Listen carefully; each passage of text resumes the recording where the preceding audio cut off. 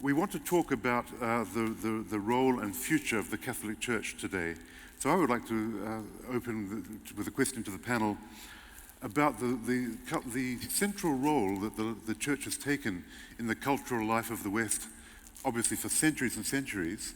As we now enter what many are calling a post-Christian age, what cultural role does the Church still have, and what role should it have? And I'll open with you, Colm, if I might. I think we've got to be careful in talking about the Church in case we connect the Church to spirituality and say that in our differences with the Church, we are having an argument also with the nature of spirituality or with the elements of spirituality. I'm saying this today with a sort of odd need and urgency because it was announced yesterday. And when I use the phrase, it's a hard phrase to use and when it means something, but it means something now. I think with profound sadness, the death of Seamus Heaney in Ireland and the enormous shock in the society. And when I say the society, I don't just mean people who love poetry. I mean the entire island of Ireland. He stood for something very special. He didn't make many public speeches. He didn't have great utterances on affairs of the day. He really stuck to his art. He cared about poetry, and he understood that poetry could matter in a place like Ireland and in the world. And in what he proposed to do with language, to be scrupulous, to be tactful, and then to be brave, to offer a vision of the world where, as he said himself, he would end up crediting the miraculous. He would allow in, especially in middle age, into his work, the idea that anything could happen because anything could happen in the imagination, that language could lead you anywhere. And therefore, our time in the world is not merely our time in a material space. It is a time in which just the idea of language, the idea of love, the idea of memory, and just the idea of honorably managing in the world, that those things lead you inwards as much as outwards, and the inwardness can lead to very strange and interesting moments. And that in his work he offered, not in any clear opposition to the Catholic Church, because he would have shrugged about the idea of being a sort of lay priest, but somehow or other that body of work, and not only that, but the life lived in making it, offer a sort of example to everyone about if you're getting involved in an argument with, say, the Catholic Church, be very, very careful that you yourself are not betraying things that matter to you enormously, such as your own particular spirituality, so that you just have to be very careful in the terms you use and in the anger you have and in how that's directed, and to make sure that it doesn't do immense damage to you, and that you don't make the terms of the argument so simple that you end up missing out on what really matters.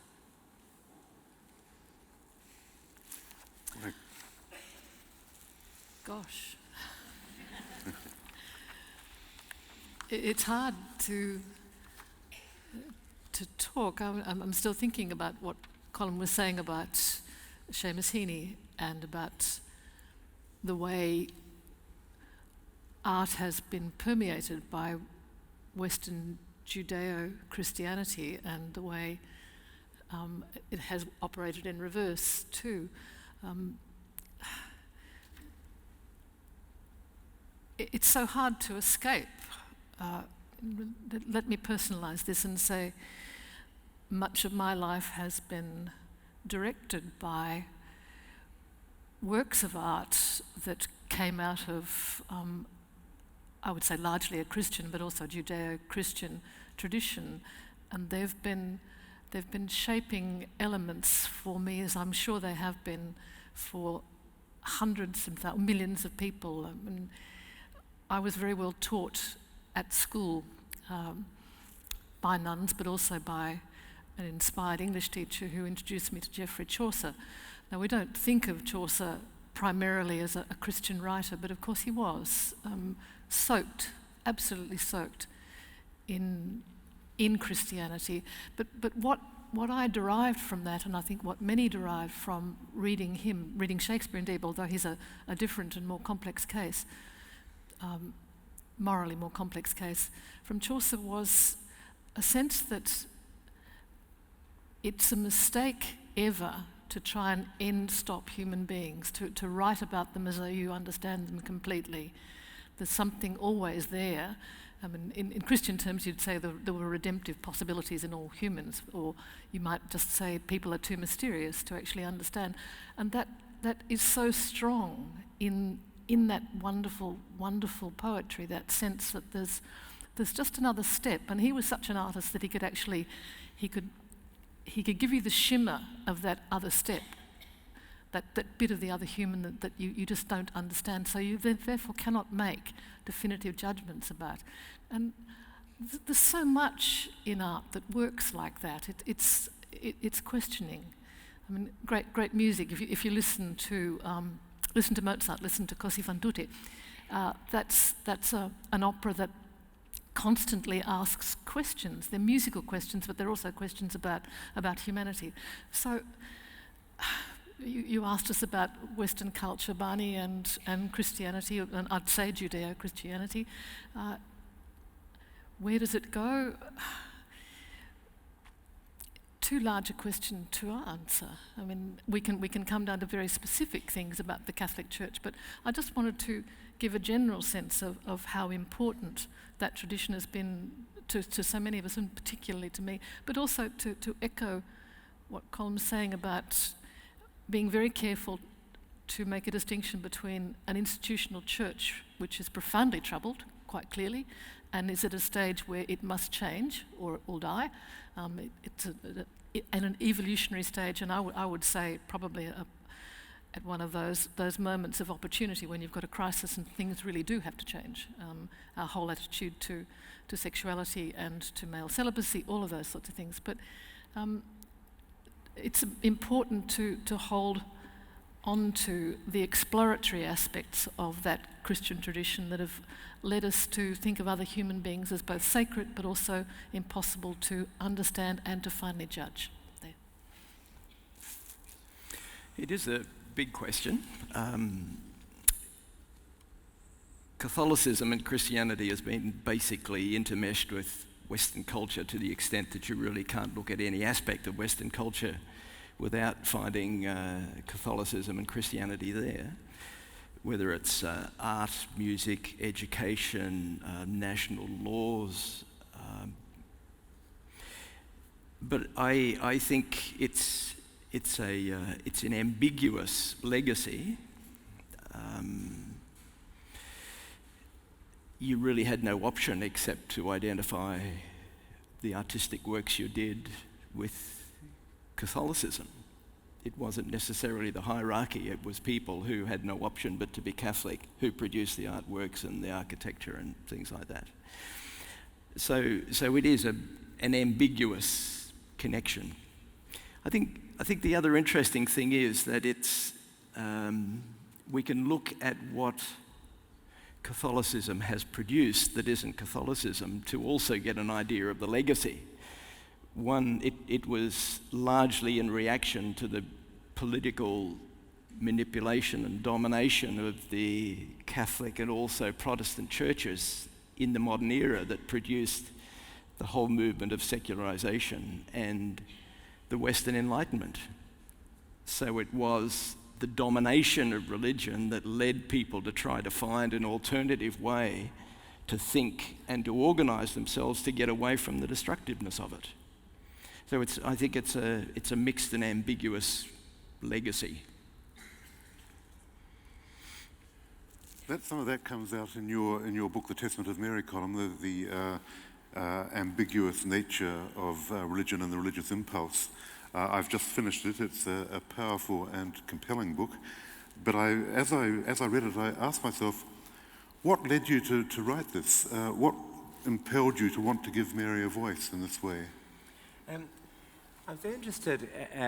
There's a translation of the Gospels by E.V. Rue, and I've such a dull and boring life now that I found myself one evening not only reading this, but reading the introduction to it.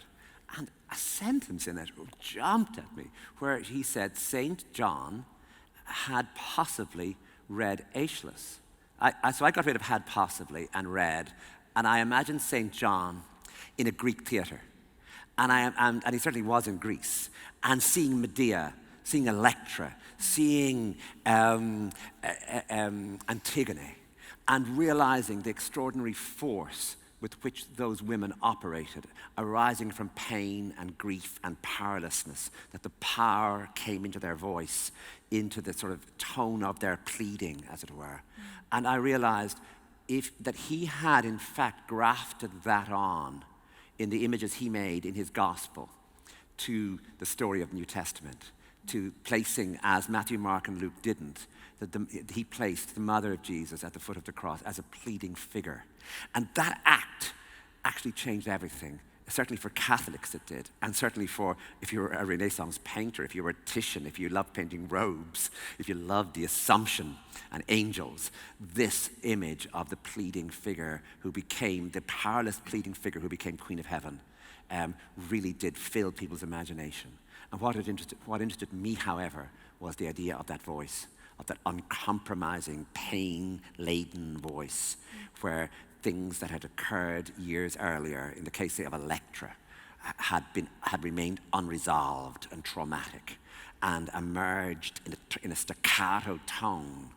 And then once I got the tone, my job was to hold it and wield it, and take it wherever it would go. I didn't begin with a preconceived version of the story. I took it wherever it went, just so that trying to shape it and form it.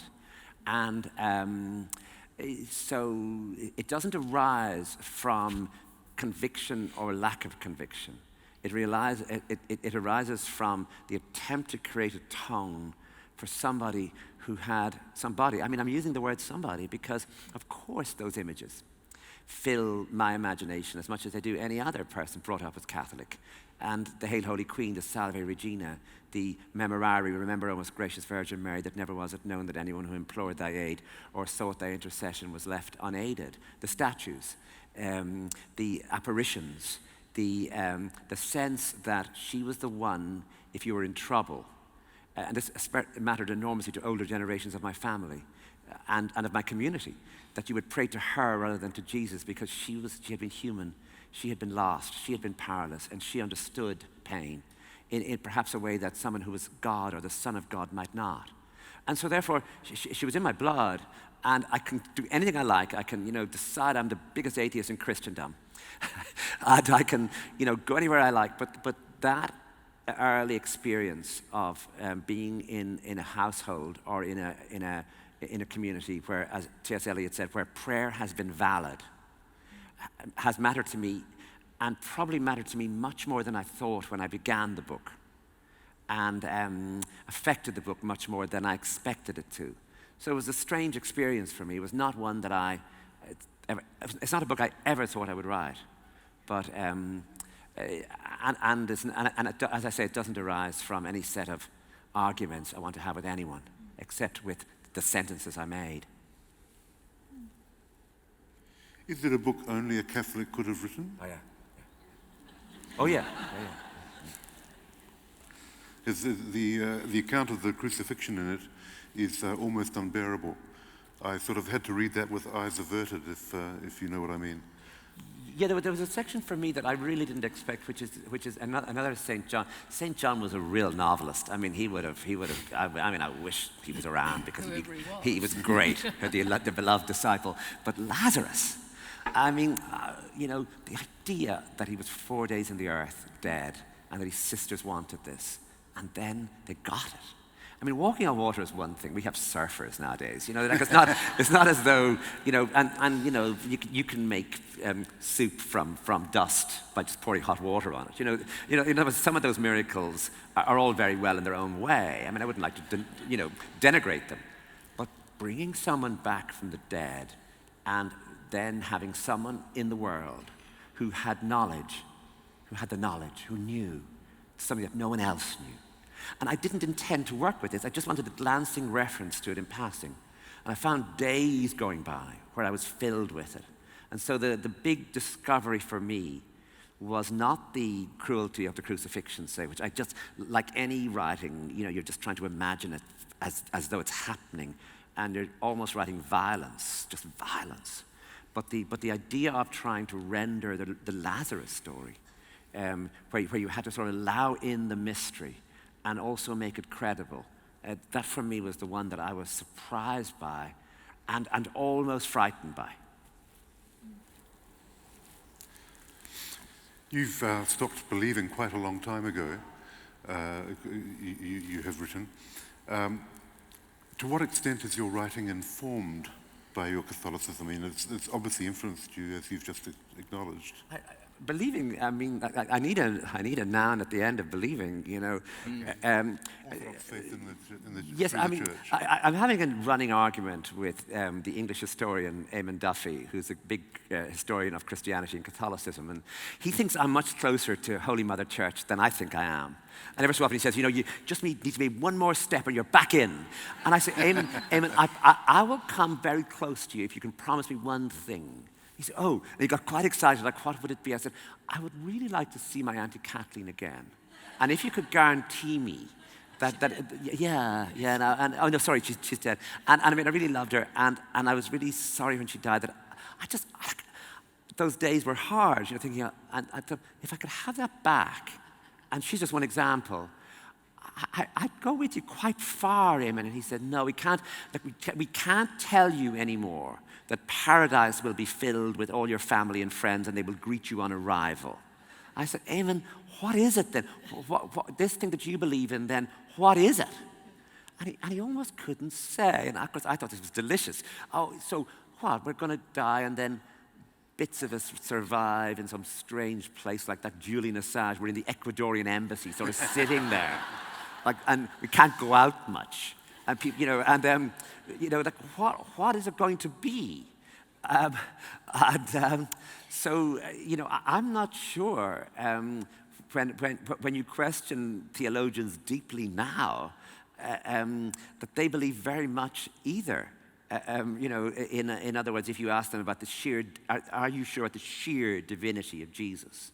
You'll find people actually looking at you saying, well, hold on a minute. I mean, either he was or he wasn't. And so, therefore, I'm probably, as Eamon Duffy says, much closer, but he blesses himself before meals, which I sort of love the idea of, but I don't. Do you? I say grace. All right. Is that the same thing? Yeah, pretty well. Okay. Bring us back to the church, perhaps. Morag, you mentioned... Why are we looking at me, Barney? Because you mentioned earlier about the church having to change.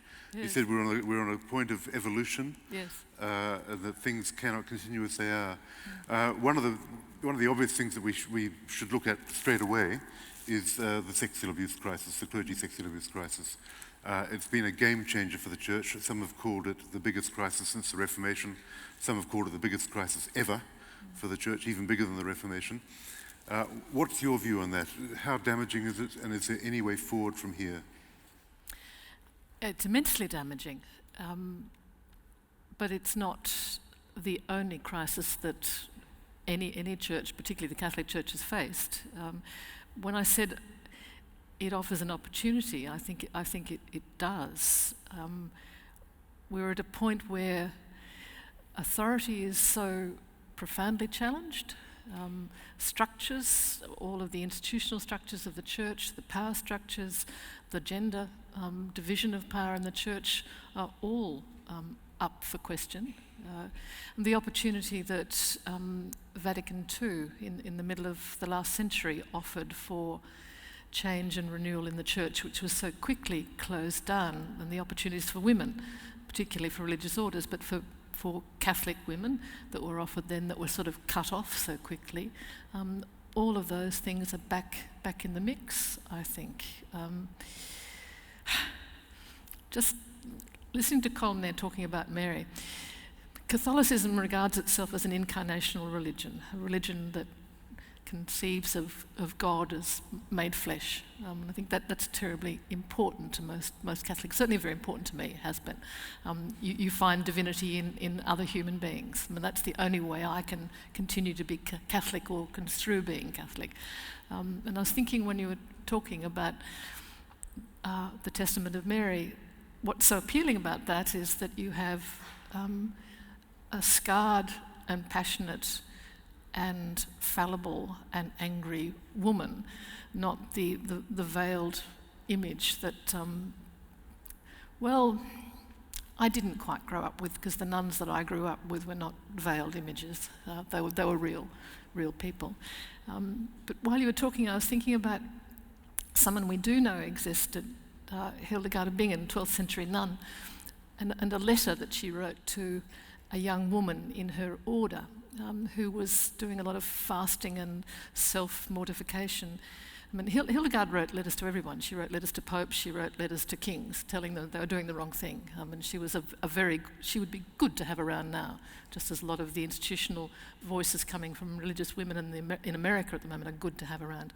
But she wrote to this young woman and said, look, I can't remember the exact words, but you've got to value your human self and your own human flesh. Don't push it too far. Don't be like the men that are hanging around Jesus in your work. I mean, treasure that. Consider it sacred somehow. Don't push it too far. Don't try and resurrect Lazarus.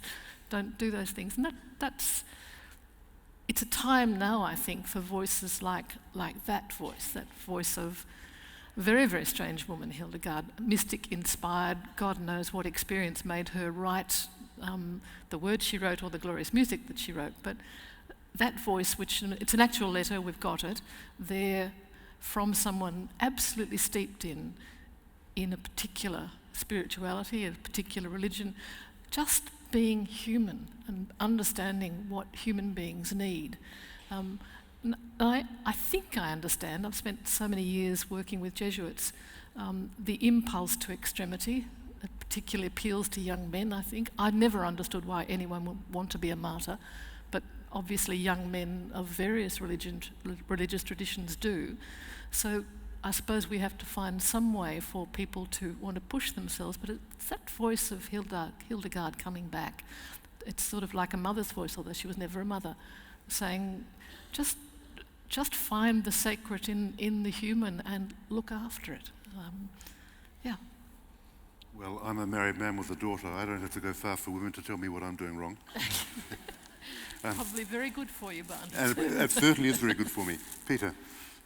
Well, thinking about the impact of the sexual abuse crisis, I want to preface what I say by saying that I don't think it will make much difference at all to the Roman Catholic Church. I think Roman Catholic Church is the world's largest corporation. It is the longest continuous corporation in the world. They've obviously worked out a political strategy which has enabled them to see themselves through a range of strategies, of crises, and I don't think this is going to make much of a dent. So I preface it with that. Which is why I also think that the hierarchy probably don't give a stuff, because they're very secure knowing that they've been going for 2,000 years. They have enough resources to close down every church and keep going for another 400 years without actually raising any more money. So it's really not an issue in a way. I think, so I preface it with that bigger picture. I think what has happened in this is that, and I think it's damnable, actually, in case you haven't actually picked up my tone yet, I think it's damnable the way in which this has been handled and dealt with. I think it's... Currently or over time? Over time. Over time. And in most recently. I mean, sexual abuse by religious leaders goes way back. There are canons from Catholic church councils in the 4th century condemning the behaviour and prohibiting it and saying what the penalty should be. So it's been going for a long time. More recently, I think it's it's revealed a couple of things for people. I think one thing is it's created a very significant loss of moral authority for the institution. Yep.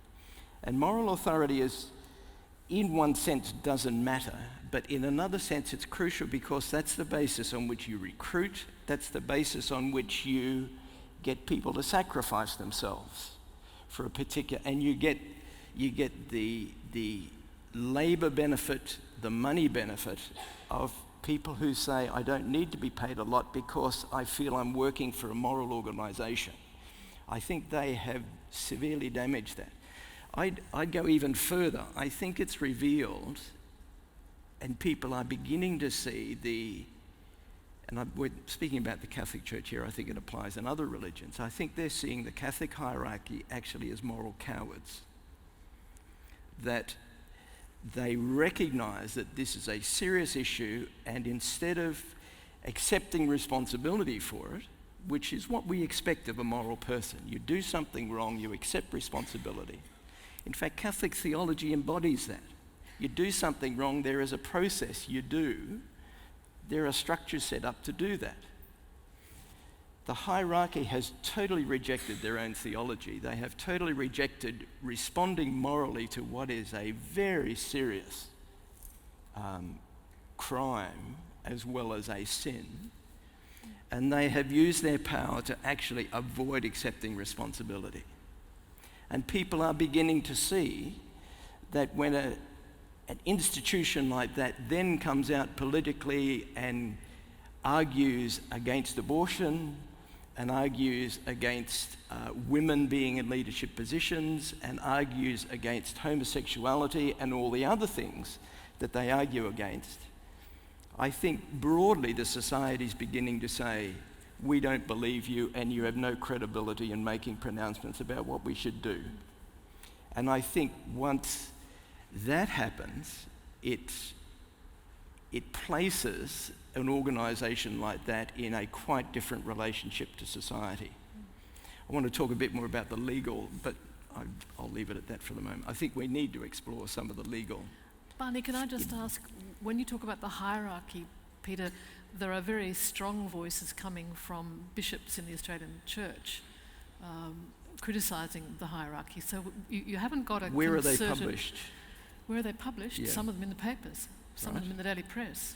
I think the petition that was circulated by bishops like Bishop Papal actually made it into, Barney, you would know this, made it into the secular press. I don't know that you could say that Bishop Jeffrey Robinson and Bishop Papal have had strong support from the Bishops' Conference. Oh no, absolutely not. But we're talking about, I'm just saying that it's not a concerted, the hierarchy is not just one voice, and there are bishops who very strongly disagree with the positions. In Ireland, we're watching this very, very carefully because the Archbishop of Dublin, Dermot Martin, has not been made a cardinal.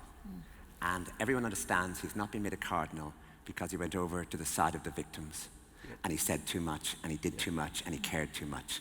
He was a civil servant in the Vatican. He was an operator. He was a pragmatist. He was sent to be Archbishop of Dublin to sort of clean up the diocese. Instead, when he arrived, what he found was a cesspit. And he found the pain that had been inflicted.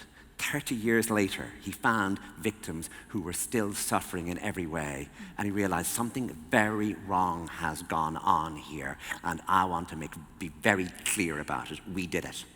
It was done by my predecessors. It was done by people I know. It was done by people in this building. And it's not only will it have to stop and will have to be full atonement, but there will have to be a full recognition that as a church, not to side with the victims, to side with ourselves has been so wrong, and a change of heart on a daily basis must occur.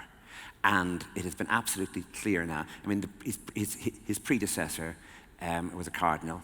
His predecessor was a cardinal, and it is absolutely clear in the way that these messages go out that he will not be made a cardinal because he has actually he has gone offside on a message of self-protection and of not looking at things from the point of view of the church. In other words, that these were often very religious families who could not believe that a priest could do anything like this and could be much more easily preyed upon. These were the very flock that the church depends upon who were damaged in this way.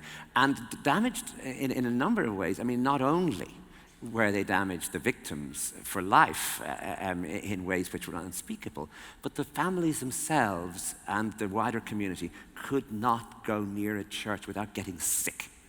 And they watched Diarmuid Martin. We watch this very carefully all the time. And this new pope can be as Jesuit as he likes and as sweet as he likes. He can go to Lampedusa whenever he likes. Make Diarmuid Martin a Cardinal Francis, and then we'll start believing you. And until you do, then we'll watch you in your Vatican palace, protecting your people. So, there's a sense still among other Irish bishops that they still haven't got the message.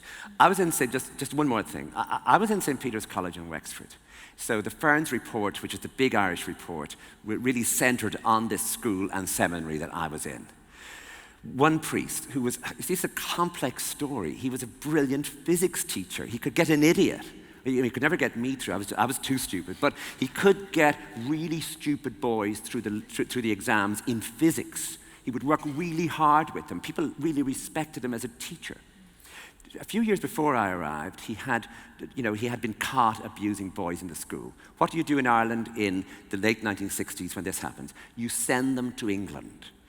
They didn't tell the English bishop what he had done or why he was coming. They just said, we have a gift for you. You're short a priest. Here's one. He'll work for a few years for you. He worked in England. What did they do then? He came back. And I'm not making this next bit up. But the school, as a boarding school, decided that we should teach the boys photography. So they built 2 dark rooms. And who do they put in charge of the dark rooms? This priest. They later on built a swimming pool. Who did they put in charge of the swimming pool? This priest. And he was on file, what he had done in about 67 or 68 was on file. Then they needed a principal for the school. Who do they appoint principal of the school? This priest. So that there was a sense that they thought it was very close to, say, a priest, say he had fallen in love with a married woman who was a parishioner, that if you could just get him away from her, that he could forget about her. They completely misunderstood it. But when the report came out, the bishop said that he was to be kept away, his room was to be kept away from the dormitory so he couldn't sneak in at night into the dormitory. Therefore, his rooms were further away than any other priest's rooms. Therefore, when he started abusing again, he wasn't on a long corridor of other priests who could watch him and see what was going on. He was in an isolated place where he could do whatever he liked.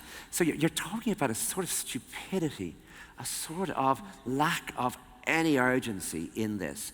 And then when it all became clear, they still didn't fully cooperate with the civil authorities, because in Ireland and in many other countries, the Catholic Church came to see itself as a state, as a form of government with its own systems within crime and punishment.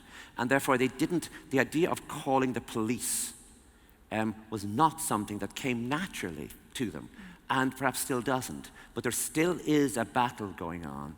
And I mean, I don't want to personalize it too much, but in Ireland, which still remains, I mean, you could call it still to some extent a Catholic country, everyone is just watching Diarmuid Martin and trusting him as the Archbishop of Dublin and realizing that he's been marginalized. Peter, would you like to just quickly come over those legal aspects? You mentioned you'd like to talk about legal aspects. Well, the other thing that bothers me is I think that religion has a very important part to play in modern societies. I have a secular view of government, but I have a secular view of government which says that religion is one of the participants in democracies, religious institutions. As with all voluntary organisations, it is crucial that we get freedom of expression from all bodies. So I think religious organisations do have a significant thing to contribute to society. The thing that bothers me is the preferential treatment that is given to religious organisations, which in terms of tax advantages in terms of religious organisations are the biggest property owners in Australia, and they pay no property taxes, for example. And they pay no capital gains tax. So if a property is sold, they don't pay capital gains on the property. It just becomes available for the organisation. And legally, I know the technicalities of how the Catholic Church has organised its affairs in Australia so that it is not legally accountable for the damage that is done. It cannot be sued even though it is its employees who are doing the damage, known by those who supervise them, who are the ones in the organisation. Because of technicalities, well, they're not really employees and they are not employed by the Catholic Church, and the Catholic Church holds all of its wealth in a separate trust which is arm's length from the actual practice. I know the technicalities. I cannot believe that in a modern society that sort of practice can be held unaccountable. Sorry, I will cut you there because although that's a huge area of debate, it is slightly tangential to where we're going today. And I'm also pretty sure that it's not going to survive, that state of affairs that you describe is not going to survive the Victorian Parliamentary Inquiry in this state, and it's certainly not going to survive the Royal Commission. I mean, you allude to a real problem. It may survive a Catholic Prime Minister. All right.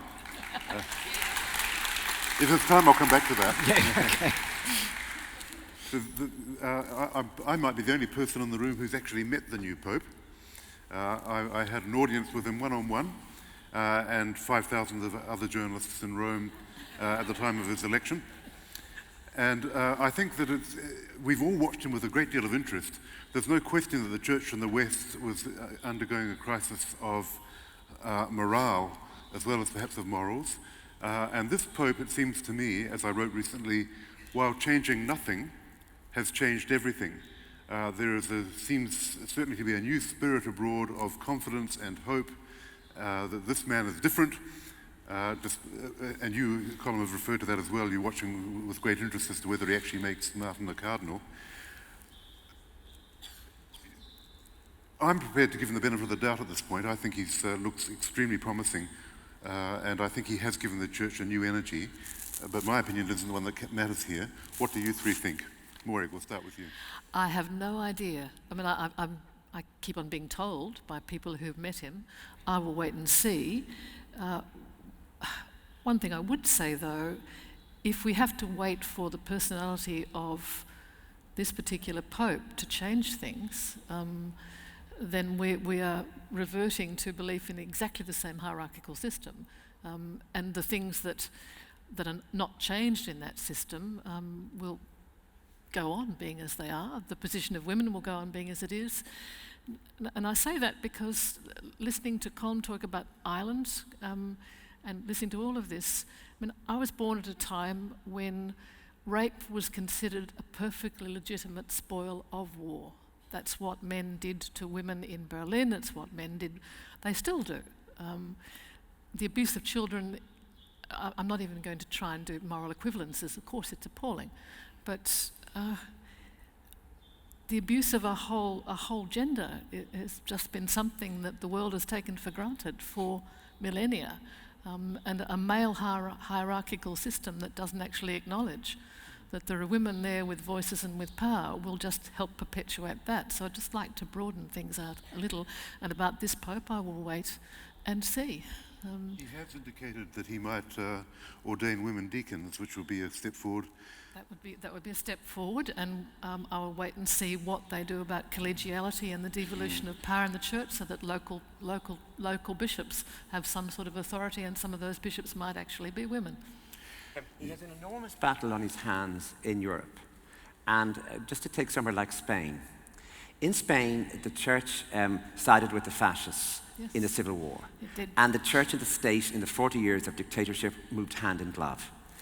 And the Church never recovered from that. So at the moment, the Catholic Church in Spain is a right-wing political party to the right of the most right-wing party, not only on matters that the church talks about a great deal, such as, for example, gay marriage or abortion, but actually on economic matters, the church is to the right of the most right-wing. And the church is in the grip of Opus Dei in Spain.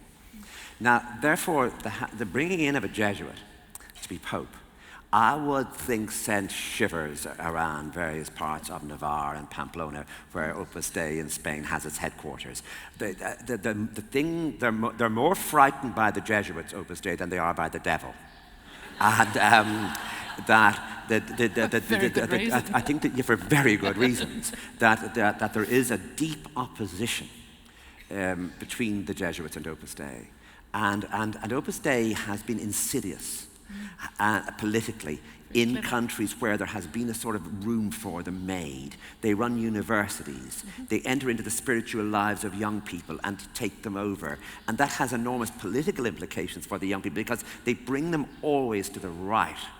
They want to take over the state as much as they want to take over the church.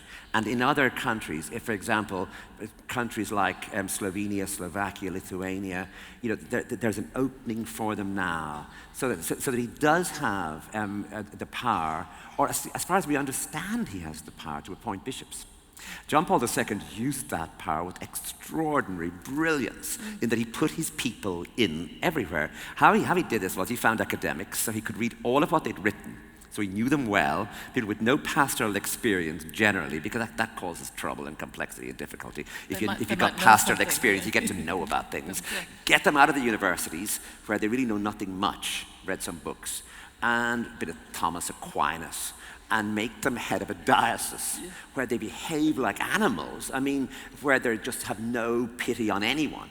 And they stick to the letter of the law. John Paul II did this all over the world.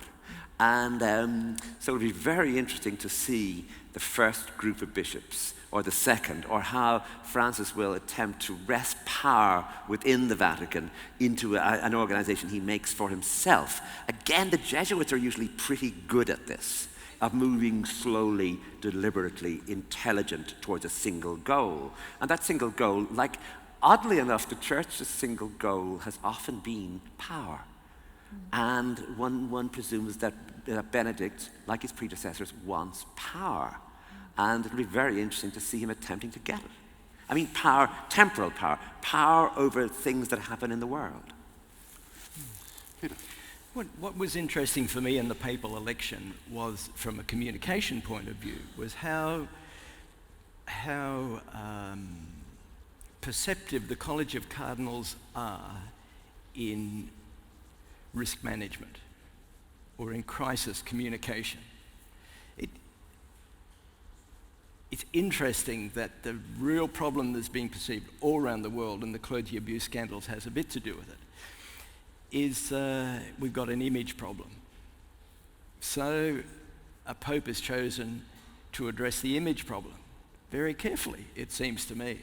This is somebody who's humble, who cooks his own meals and carries his own luggage, what the rest of us do as a matter of course. This makes a wonderful pope. And I think it's rather interesting that a pope was chosen with a different image to address the image issue. In terms of making a big difference, I remain skeptical. My knowledge of any organisation is you do not unpack the thing that gives you the power. Sure you don't, Peter, but I'm thinking about the American Supreme Court, where in, let's say, 80% of cases, the people that are appointed run the line that they were appointed to run. But in the 20%, or maybe I can't do the percentages accurately, you get a real individual and you get those changes. And the same with the Supreme Court. And oddly here. enough, he's a Catholic. He's Anthony Kennedy. He's one of us. And he's the one that does the swaying. He's the middle judge all the time. Some of them do, but there are, and I'm talking about hierarchies here, I suppose, the employing of power, but you do get. And the College of Cardinals got it so wrong with John the 23rd. They Yes, didn't get that's that true. one right at all, did they? Yes. Thank God for that. Yes. Look, we've gone slightly longer than I intended before we opened up for questions. I'm sorry you haven't got very long for questions, but let's grab the opportunity while you do have it. A lady in the middle with a purple top. And if you find somebody else, we'll take two at a time. Can I just ask you to speak a bit about what infallibility means? Because how are they going to, I mean, not what it means, but how are they going to affect changes when, in effect, to overturn some of the things that some of us might like to see, they're going to have to say other popes were not infallible. So how do we get around that? Good question. Maybe you do it the way you do, actually finally sort of quietly allowing that Galileo got it right. You sort of let it slide through. Infallibility is a nonsense, absolute nonsense, politically structured. Colm. No, I just want to laugh. I mean, infallibility, it's a great idea. I mean, We all love it. You sit on your own throne and you say, I is infallible. Say, no, you are. You know, that you've got the grammar wrong. No, I want the word changed to is from now on.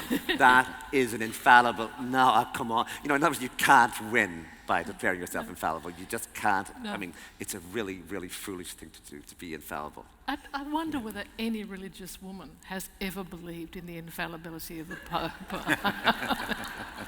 Peter? It is a very conserving measure, very resistant to change. It goes back to about the 4th century, actually, where they had to deal with the fact that they were dealing with fallible humans, and so they created an abstract concept of, it was originally all of the bishops meeting together cannot make a mistake. And it's refined itself into the Pope, who is the overarching prime bishop, can't make a mistake. It may be possible to have some sort of follow the legal practice of precedent breaking, where you actually have a very definite declaration that re-looking at the whole things, the circumstances have changed and this is now the situation. But it is a very significant deterrent to any sort of change, which is why I remain sceptical, actually. It was handed to the Pope in 1870 as a formal doctrine, as sort of a prize for giving up the Papal States, as I understand it. Anyway, a gentleman... Well, actually, I wasn't going to ask a question, but just address what that last question was. Oh, sorry, perhaps you could see her afterwards, because we want to use the time to ask questions of the panel. Well, we can either have the facts or not, it's a matter for you, but papal infallibility has been used once since 1870. It exercised only at the time when the Church is speaking ex cathedra. He's done it once in relation to the Assumption of the Blessed Virgin Mary. Nobody has ever said the Pope is infallible in any other matter except when he speaks that, and that's once in 150 years. Now, the gentleman on the left, please don't complete your arguments with fact, but those are the facts. And I ask you to Google it this afternoon. You can all find it out. Just as simple as that. Use the Google. Get the facts. Thank you very much. Thank you. Can I ask about the sexual abuse scandal? As I understand it, in Ireland, a major impetus for change was the outrage of the Irish community generally, including secular society, assuming there is such a thing in Ireland. I mean, the Prime Minister stood up in the Parliament and attacked the Church, supported by that civil society's outrage. Do you think in Australia that a similar source of reform might come not from within the Church, which around the world has demonstrated its incapacity, but from secular society standing up and saying, enough is enough. We've seen the facts. We've seen the Church fail over and over to reform itself. You do something or we'll walk away and we will change your tax advantages. We will appropriate your property to compensate victims.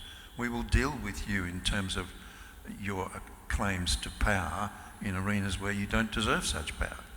So in a sense, is the solution, as in Ireland, also in Australia, outside of the church, not within it. I just want to clarify one matter about Ireland. First of all, there is a secular society, and secondly, that when the Prime Minister spoke in Parliament in that way, he spoke as a Catholic. He made absolutely clear, and everyone knew this was the case, that he is a practicing Catholic himself. He did not speak from outside the church, but almost from within. And I think that made a very big difference to the way his speech was received, that it wasn't coming from somebody who had had a lifetime of attacking the church. It came from hurt and pain at watching his own church going in that direction. But anyway, the Australian thing is obviously not for me to discuss.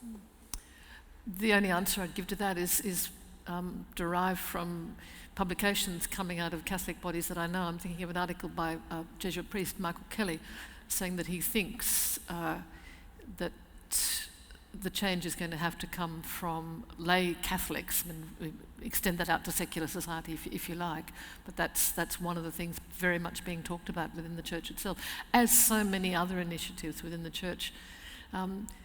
When I say inside or outside of the church, it's as though the hierarchy is the church. I mean, Catholics think of themselves as being, in our phrase, the people of God. I mean, that's not to say that there aren't other people of God, but there's a body within, the body of lay people within the church who have the same sorts of authorities and the same wish to see change. So I think it will partly come from there, and you'll have people within the hierarchy who will also insist on change. I don't think it's any responsibility of the society to change the Catholic Church. I think it's the responsibility of society to ensure that all bodies that operate within Australia operate according to the law and are held accountable. What implications that has for religious bodies is for religious bodies to decide. But the concern I have is more with the fact that our legal system as it is set up does not allow accountability for criminal behaviour that occurs in religious organisations to be properly challenged, and also for due accountability to be made of public money that is spent supporting a whole range of religious activities. Yeah, well, you're correct. I'm a barrister, I can tell you you're correct, but the reforms that we therefore require will be reforms enacted through the Parliament by politicians, including by perhaps the next Prime Minister. Now, those reforms will not occur unless society at large demands them, speaks to their local members and said, you deal with this. Right? Yeah. Thank you. I think that we have time for one last question.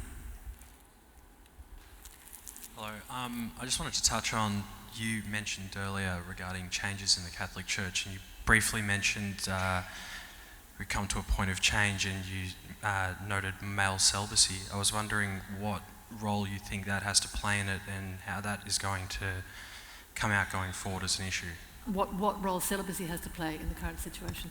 Just let me personalise it and say I see a whole society, a religious society of very, very lonely men.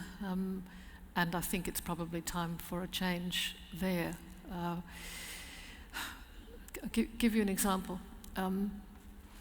Recent biography of Archbishop Daniel Mannix, who we know was a hugely influential leader in the Catholic Church in the early part of the century. Towards the end of his life, he was so disinclined to be touched by any other human being that he used to cut his own hair. And I found that just immensely sad. I think circumstances, particularly, and I'm thinking in Australia, where there are a lot of men isolated in their presbyteries on their own, that's just our circumstance here, leads anyone with any sense of humanity to wish that they could live in different ways. And celibacy it's not one of the great moral challenges for the Catholic Church. It's something that could be changed. I've only met, I think, about 2 or 3 really gifted celibates, male celibates in my life. For the rest of the men, it's difficult, I think, if they're honest, and I don't really see the necessity for it. I don't know who will change it, but I think that the need is so manifest. I don't know what other people think about that. Yeah, I mean, I think that it's a really important issue because it really affected the abuse and how it was received. That this idea that if you don't experience it or seem to even know about it, that a lot of people spend 20 years of their lives, sometimes 25 years, making sure that their children are safe. You know, checking they're in bed, checking their blanket hasn't fallen off. If they're sick, taking them to a doctor, making sure they're happy, making sure they're not being bullied. The day in, day outness of it is a fundamental part of so many people's lives. And that if you have a group of people who have control over children, who don't know this part, don't experience it, don't have it, and are all together at a table being served often their food, not even going into a kitchen in their lives, not even washing up in their lives. And I mean, forgetting about all the other, the hypochondria then starts, that they've suddenly got little pain, you know, the strange twitchiness of them. The Church of Ireland, I mean, the Protestant Church in Ireland, tore itself asunder over the other issue, over women, over the ministry of women. And it won out the liberal side. And now we have women who operate within with full equality within the Church of Ireland. And there's something wonderful about them. When you see them anywhere in their work, they have an extraordinary sort of spiritual aura from them. And it's made a very big difference to the Church of Ireland. It doesn't just mean it's come into the modern world. It's actually gone even better. It's exuding a spirituality which has elements of the medieval beauty about it, as well as being, you know, modern. And so it wouldn't take much, but it would take a great deal. And what we know from Francis in Argentina is that he's not brave, and he won't do anything unusual. You know, no one spoke out among the hierarchy against the disappearances. He didn't either. He stayed in, and on this issue, I mean, when he said that remark, this issue was closed. The answer is, who says it's closed? Francis. You know, in other words, that this is again something that I think lay people within the church should and must get involved with. Just a constant saying, give it up, please don't go on with this because it's ruining things for many people if you continue with celibacy or if you don't let women become priests. That it's actually not tolerable anymore. And that so that it's, if the church's mind is closed, I think it can be still opened. And I think it remains an open question, Pace, the Pope. A quick response? I mean, the history of celibacy is a very long history and it involves philosophical, involves economic issues, etc., etc. I don't think it's a big issue in this, actually. There are a large number of people who are celibate for different periods of their life who do not abuse children. I think there are two reasons why anybody abuses children. One is because they choose to deal with their issues by hurting somebody who's vulnerable. And the second one is because nobody stops them. That's it. Now, what you do to put in place things to address some of those is fine, but I think it's a distraction to say the issue is celibacy. I don't think it is celibacy. It is that priests choose to deal with their issues by hurting somebody that they have access to, and nobody's stopping them.